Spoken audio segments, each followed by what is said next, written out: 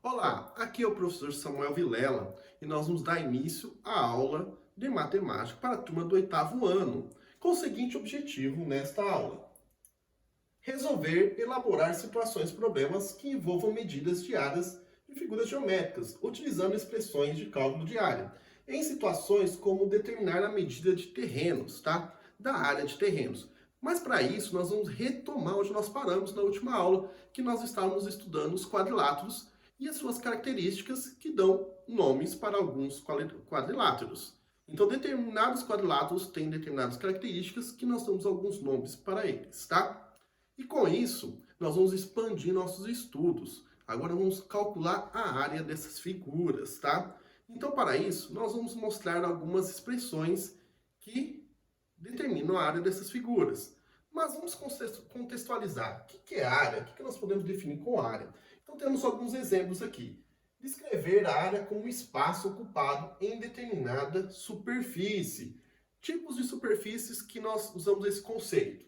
Área ocupada por uma casa em um terreno, em uma região urbana ou rural. Então, o engenheiro, o arquiteto, eles precisam saber aquela região, o tamanho daquela região, para que eles possam planejar e poder fazer a planta daquelas casas para ocupar aquela determinada região. Sem a área, eles não sabem, eles não saberiam como determinar o tamanho dos cômodos e como que seria aquela casa, né? Outro exemplo. Área ocupada numa plantação de cana. Na nossa região de Presidente Prudente, tem várias plantações. E o pessoal do agronegócio precisa saber qual que é o tamanho daquela região que ele vai plantar, para que ele possa planejar e possa ter bons resultados das suas colheitas, tá?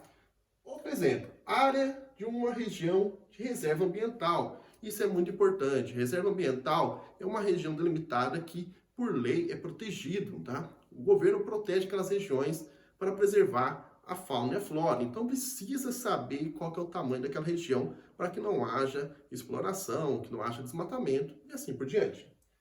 Outro exemplo, área ocupada por passageiros dentro de um trem em horário de pico. Horário de pico é o horário que tem muita gente pegando o trem. Então precisa saber qual que é o tamanho daquela área que aqueles passageiros vão ficar em pé para que não fiquem desconfortáveis, tá?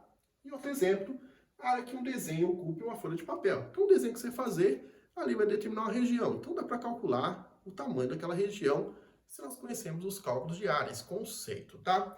Então, como nós estávamos trabalhando a figuras quadriláteros na última aula, então nós vamos aqui ver dois conceitos aqui de cálculo de área. Primeira figura aqui, retângulo. Retomando. Retângulo é um quadrilátero que possui 4 ângulos de 90 graus. Essa é a característica que dá o nome para essa figura, tá? E aqui nós temos uma medida que chamamos de base e outra de altura. Então, como que fica a área de um retângulo? Vai ser basicamente multiplicar essas duas dimensões. Então, aqui a área do retângulo, simbolizada por A, vai ser base vezes altura. Outra figura importante saber, e tem uma fórmula, é o quadrado. Mas o que é o quadrado? É um tipo de retângulo, tá? Por quê? Ele tem as características que geram um retângulo. 4 ângulos de 90 graus. Então, o quadrado é o quê? É um retângulo especial. É um retângulo que todos os seus lados são iguais. Então, isso é importante saber, tá? Que o quadrado é um tipo de retângulo, tá? O pessoal confunde, pensa, quadrado é quadrado, retângulo é retângulo. Não. Quadrado é um tipo de retângulo. E esse é um tipo de retângulo, essa fórmula da área funciona para ele também. Se multiplicar a base vezes a altura, chega na área também. Mas dá para simplificar como? Como os lados são iguais, a base e a altura são iguais, nós colocamos aqui o lado elevado ao quadrado. Então, a simplificação dessa fórmula por conta que são os valores iguais, tá? E com isso, com esses resultados, nós já vamos fazer uma aplicação. Então, eu quero que vocês peguem aí a régua e abram o capítulo 2 do livro, onde vai estar esse seguinte exercício, para que vocês possam acompanhar. Eu vou dar a ideia da resolução e vocês vão fazer e nós vamos discutir esse resultado aí para ver se funciona, se você conseguiu chegar no resultado esperado. Em um terreno, o formato da figura a seguir, que é esse que eu tenho aqui desenhado, será montado um jardim. Então você vai montar um jardim. E o chão deverá ser coberto com placas de grama quadradas, como tem aqui, ó, com 20 centímetros de lado. Qual o número mínimo de placas que deverão ser compradas para cobrir todo o terreno? Então tá vendo a importância? Ele precisa se planejar para comprar as placas. Então precisa saber quantos vai ser necessário para que não haja desperdício. Só que a nossa figura não é o quadrado nem o retângulo. Então, com o conceito de área, nós vamos tentar seccionar, cortar essa figura para que nós possamos usar esses resultados. Então, se eu cortar aqui, ó, eu vou formar dois retângulos. Retângulo 1 e 2. Então, qual que é a ideia? Eu preciso saber qual que é a área dessa região e verificar quantos desses quadrados vão caber aqui. Então, eu preciso saber a área total daqui, saber a área de cada quadradinho de grama. Lembrando que tem que fazer a conversão para estar na mesma unidade de medida.